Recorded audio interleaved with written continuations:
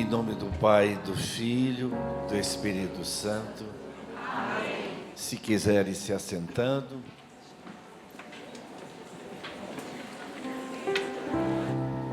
É Jesus que toma a iniciativa de oferecer a água que cura.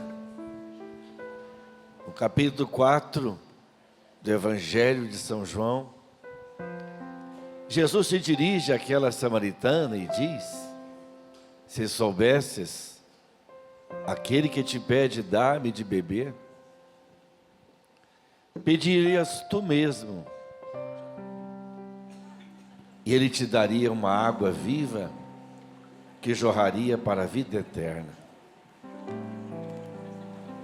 Quando se fala de água que cura, é aquela que saiu do coração de Jesus, traspassado pela lança do soldado. A água é vida. Sem água nosso corpo não sobrevive. A água é a vida da terra. Mas sem Jesus nós não temos vida também. E quando Jesus quer nos curar, Ele toma a iniciativa. E a maior parte das curas que Ele faz é do lado de dentro. Quando Jesus volta a dar sentido a uma vida, quando Ele cura uma mágoa, quando Ele pousa a mão numa pessoa que já não quer mais viver e pensa em tirar a própria vida, quando Jesus toca aquela pessoa que está tão angustiada, que já não sabe o que fazer, pessoas que se encontram em tal dificuldade financeira e familiar, que não tem tempo, então não tem mais jeito nem condições de reagir.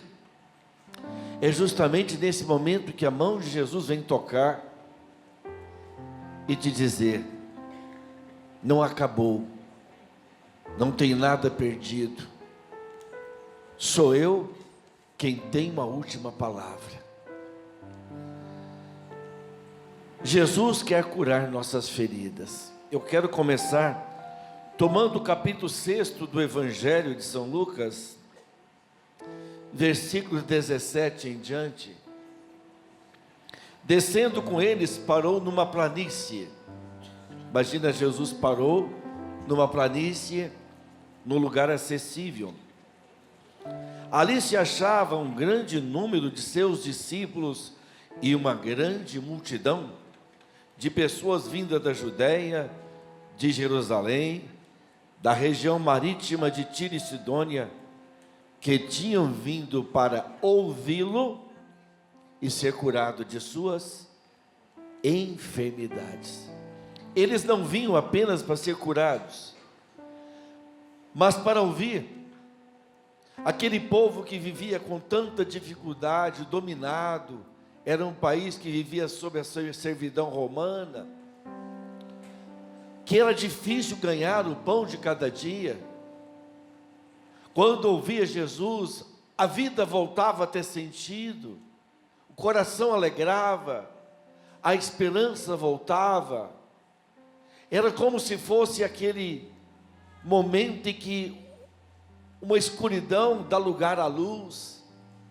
Eles não vinham apenas para ser curados, mas a palavra de Jesus norteava a vida deles, dava sentido à sua vida. E o versículo 18 diz assim: e os que eram atormentados dos espíritos imundos ficavam livres, e todo o povo procurava tocá-lo, pois dele saía uma força que curava a todos. Essa palavra me impressiona. Dele saía uma força que curava a todos. Repita comigo: Jesus, eu quero essa sua força que cura. Eu também quero ser libertado. Eu preciso da tua força que cura. É interessante que nesse mesmo evangelho, quando a gente pega o capítulo 8 desse mesmo Evangelho de São Lucas, quando uma mulher hemorroísa, que sofria de um corrimento sanguíneo, durante 12 anos e havia gastado tudo nas mãos dos médicos, e não aconteceu sua cura, pelo contrário, piorava ainda mais. Ela foi por detrás da multidão com tanta fé, ela já proclamou antecipadamente o seu milagre, dizendo: se eu tocar, ainda que seja na barra do manto de Jesus, eu serei curada. E quando ela foi por entre a multidão, Jesus não tocou nela, mas ela tocou no Senhor com fé. Imediatamente ela teve a sensação de estar curada. E no versículo 46, Jesus para no meio daquela multidão. E Jesus diz: alguém me tocou, porque percebi sair de mim uma força. E os discípulos falam: Senhor, todos te tocam. Mas alguém tocou a Jesus de uma forma diferente. E essa força que cura está na Eucaristia. É onde você toca o corpo, sangue, alma e divindade daquele que é capaz de curar, de ressuscitar, de trazer, de dar vida aos mortos, de dar sentido de viver. Vocês me dão licença que, para a glória de Jesus, eu dar um testemunho, que eu recebi o feedback 34 anos depois. Aconteceu em 1989, em junho deste ano de 2023, eu tive a oportunidade de ir na mesma cidade, conversar com as testemunhas, com as pessoas que viram a graça tão grande que aconteceu. Eu sou missionário, meu berço é Renovação Carismática Católica, sou missionário desde 1979. Casei em 1983 com a mulher mais linda do mundo, a mais espetacular, eu chamo ela de minha doce Neuzinha. Só que ela diz assim: doce? Só se for doce de pimenta. Mas é uma mulher forte, maravilhosa. E quando casei com a Neuzinha, eu já era missionário. A maior incentivadora da minha missão é ela. Eu não seria nada na vida sem essa mulher maravilhosa. Eu tenho 3 filhos, já tenho 7 netos. Mas quando os meus filhos ainda eram pequenos, a Neuzinha nunca me impediu, pelo contrário. Ela sempre incentivou que eu fosse às outras cidades. E esse acontecimento se deu em 1989, na cidade de Rubiataba. Eu recebi a licença de falar o nome das pessoas, então eu vou citar até o nome das pessoas, porque eu conversei pessoalmente, perguntei: vocês me dão autorização para eu usar o nome de vocês? Sim.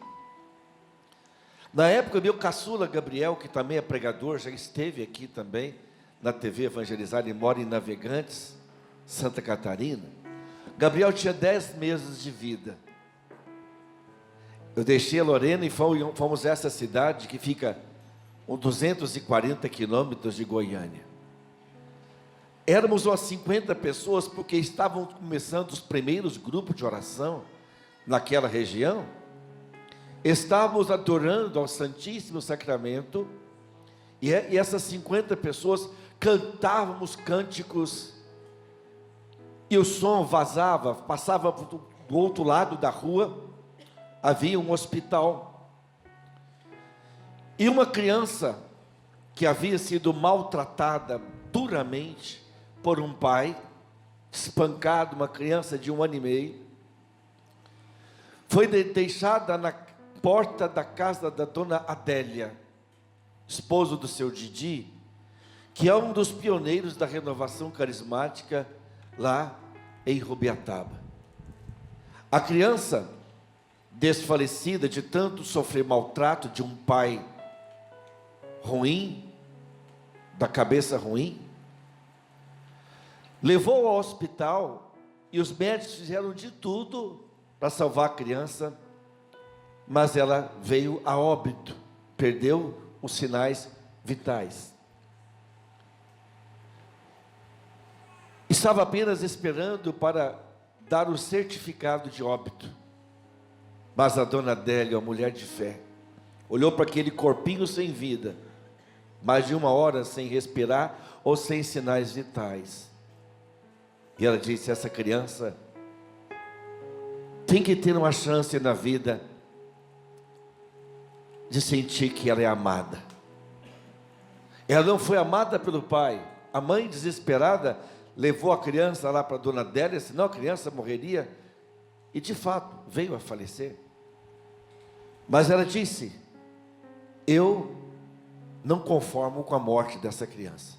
Ela precisa sentir que é bom viver, apesar de todos os sofrimentos dessa vida, vale a pena viver e lutar pela vida. E ela veio trazendo a criança, tirou do hospital a criança sem vida e trouxe até nós que estávamos adorando a Jesus Eucarístico. E ela já me conhecia nessa época, em 1989, como ministro de oração por cura e libertação. Já que agora, sábado, eu já completo 66 anos de idade, mas graças a Deus, com a força renovada, porque eu tenho uma mulher maravilhosa que cuida muito bem de mim. E quando ela trouxe aquela criancinha, ela olhou para mim e disse: Roberto, pede a Jesus para trazer de volta a vida dessa criança. E ela praticamente jogou a criança nos meus braços. Eu abracei a criança e olhei para Jesus Eucarístico, olhei para Jesus, olhei para o Senhor e perguntei: Jesus, o que eu faço? Aí o Senhor falou: meu coração, ama essa criança como meu Pai do céu a ama. O ardor muito grande traspassou meu coração, porque eu olhei naquela criancinha e vi como se fosse meu caçula Gabriel, que hoje já vai completar 35 anos de idade. Era como se eu tivesse perdido um filho. A dor que traspassava a minha alma era aquela dor que semelhante, muito longe, mas semelhante a que Simeão falou para Maria: uma espada de dor traspassará a minha alma. É como se eu tivesse perdido a criança. E quando abracei a criança, Jesus falou uma palavra no meu coração que vale para o meu ministério e para a minha vida toda: ama essa criança como meu Pai do céu a ama. E Jesus falou em seguida: o amor é o canal do milagre. Repita: o amor mais uma vez, o amor é o canal do milagre. O canal do milagre. Quando você ama, Deus é amor. Você se torna um com Ele para que a pessoa seja curada. E eu olhei para a criança e disse: nenê, não morre não, volta para a vida. E abracei a criança e comecei a chorar. E mais uma vez eu disse: nenê, em nome de Jesus, volta para a vida. De repente a criança começou a piscar os olhos, porque os olhos da criança não piscavam, não tinha qualquer sinal vital, fria, os olhos parados. E nós, as 50 pessoas, começamos a chorar no meio daqui, olhando para Jesus. Mas então Jesus pediu para mim: reza para essa criança ser amada.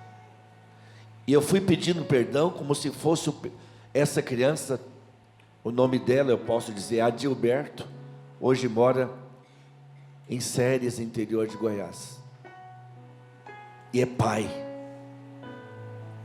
Mas ali eu dei um abraço de pai e pedi: neném, me perdoa por todo amor de pai que eu não te dei. Eu sabia que não bastava que ela respirasse, ela precisava sentir-se amada para querer viver. É o amor que faz você querer viver. Por que as pessoas desistem da vida? Solidão, desprezo. Jesus ama você e quer abraçar também essa noite. E quer colocar em você uma água que só Ele pode colocar para saciar sua sede de amor. Somente Jesus pode preencher esse vazio de amor. O mundo não pode, a sua alma é muito grande, nenhum amor humano é capaz de preencher esse vazio do amor que só Ele pode preencher, só Deus pode preencher. Queira ter esse encontro com Jesus, deixe-se ser abraçado por Jesus, deixe-se ser amado. Você que nos acompanha pela TV Evangelizar, e você nesse auditório, sinta-se amado por Jesus. Quase um ano depois, eu estava num ginásio lá em Goiânia, havia terminado de pregar a palavra, veio a dona Adélia, esposa do seu Didi, e ela rodava comigo assim na quadra, dizia: Roberto, a criança não ficou com qualquer sequela, porque o amor de Jesus trouxe de volta a vida de uma criança que não era amada. Glória a Deus, louvado seja Deus. É do Santíssimo Sacramento que brotou aquela força que cura. Por isso que nós insistimos tanto em orar diante do Santíssimo, para derramar nossa alma, porque ali onde nós bebemos da maior fonte de cura e libertação que nós podemos possuir nessa terra. Tudo que a medicina pode fazer é lindo, conforme está em Eclesiástico, capítulo 38, mas a medicina é limitada, e o amor de Jesus que cura é ilimitado. E eu quero te pedir, Jesus, por cada um que está aqui, e por todas as pessoas que nos acompanham também, Jesus, eu tenho certeza que essa noite, do teu coração aberto, pela lança do soldado, nós podemos olhar o seu coração na hóstia santa. Eu creio, Jesus, que o Senhor tem uma cura para cada um hoje. Deixa Jesus curar suas feridas, deixa Ele entrar lá onde só Ele pode entrar. Deus sabe que sua vida também tem sido difícil. Parece que cada dia, o viver, o cuidar de uma família, o ganhar o pão de cada dia, o manter uma família unida, manter uma motivação para viver, parece que cada dia se torna mais difícil. E é justamente nesses tempos difíceis, que nós chamamos de tempos finais, finais dos tempos, é justamente nesses momentos onde Jesus está derramando um amor maior, uma graça maior que cura. As graças que Ele tem derramado é para que você volte a ser aquela pessoa amorosa, para acreditar na vida, para deixar que Ele cure as feridas mais profundas, as mágoas, as decepções, os ressentimentos. Diga comigo: Jesus, eu preciso desta força que cura, Senhor. Eu preciso de Ti, Jesus. Sem Ti eu nada sou, Senhor. Deus sabe por que você está nesse momento escutando essa palavra. Aqui tem um velho missionário de mais de 44 anos de missão, mas que eu sei que eu sou apenas um pequeno servo, sou um pequeno canal do amor de Jesus que cura. Mas eu tenho visto milagres por onde eu passo, porque eu vejo um Deus que ama. Uma das oportunidades mais bonitas que eu tive na minha vida foi de pregar ao lado de um grande exorcista, Padre Rufus.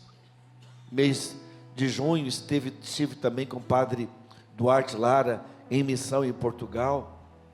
Mas eu me lembro que quando o padre Rufus ia, ele não fazia oração de libertação.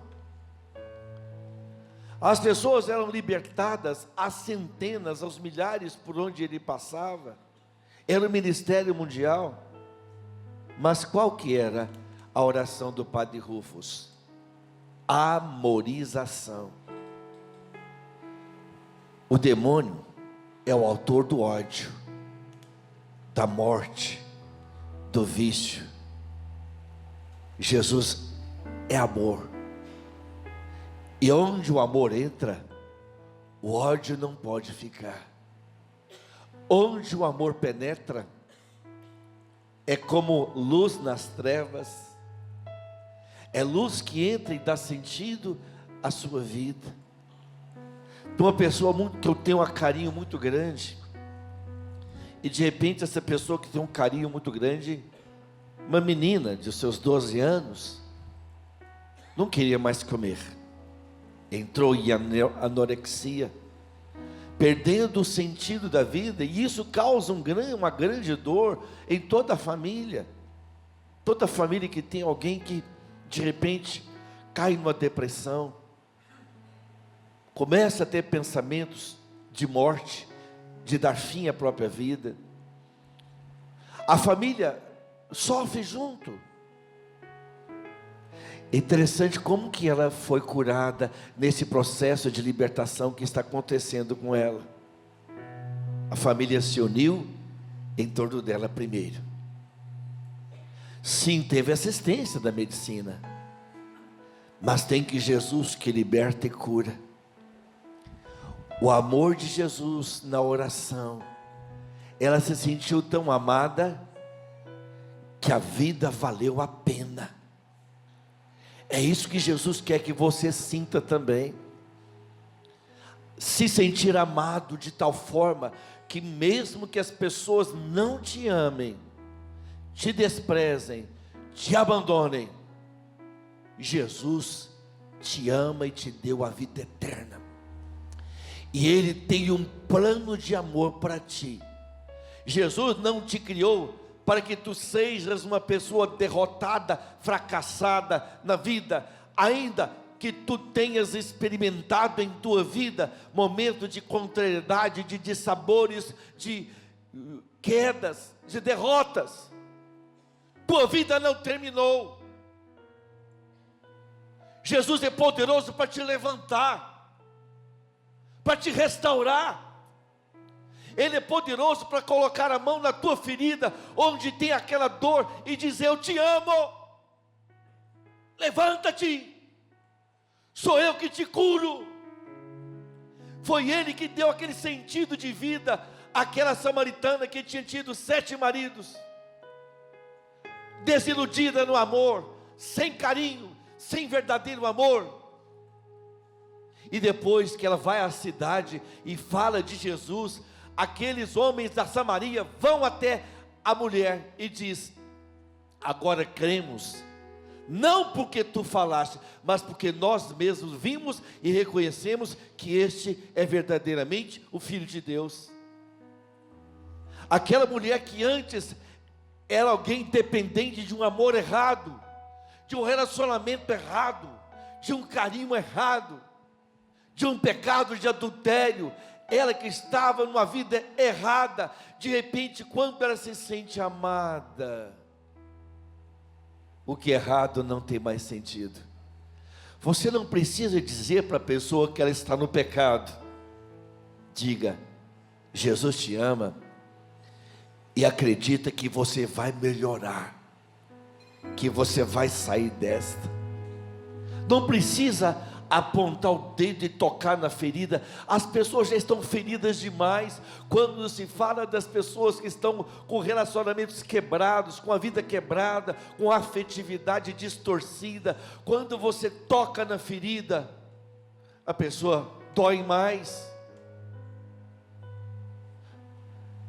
porque está apenas uma casca, ali por dentro está purulento, está cheio de pus, dolorido. E se você toca com o dedo na ferida, fala sem amor, se dirige sem amor, a pessoa vai ao contrário, ficar com raiva de você. Mas se você ama a pessoa, leva Jesus que cura. O amor que é passageiro passa a não ter sentido. Aquela ilusão de sentir que aquele prazer, aquela pessoa que me dá tanto prazer, mas no final me esvazia. Não é o amor que eu preciso. A sua alma é muito grande e só Jesus pode preencher o vazio dessa alma. Só Jesus pode preencher. E quando a pessoa se sente amada, querida, a vida muda. Como a daquela criancinha de Rubiataba.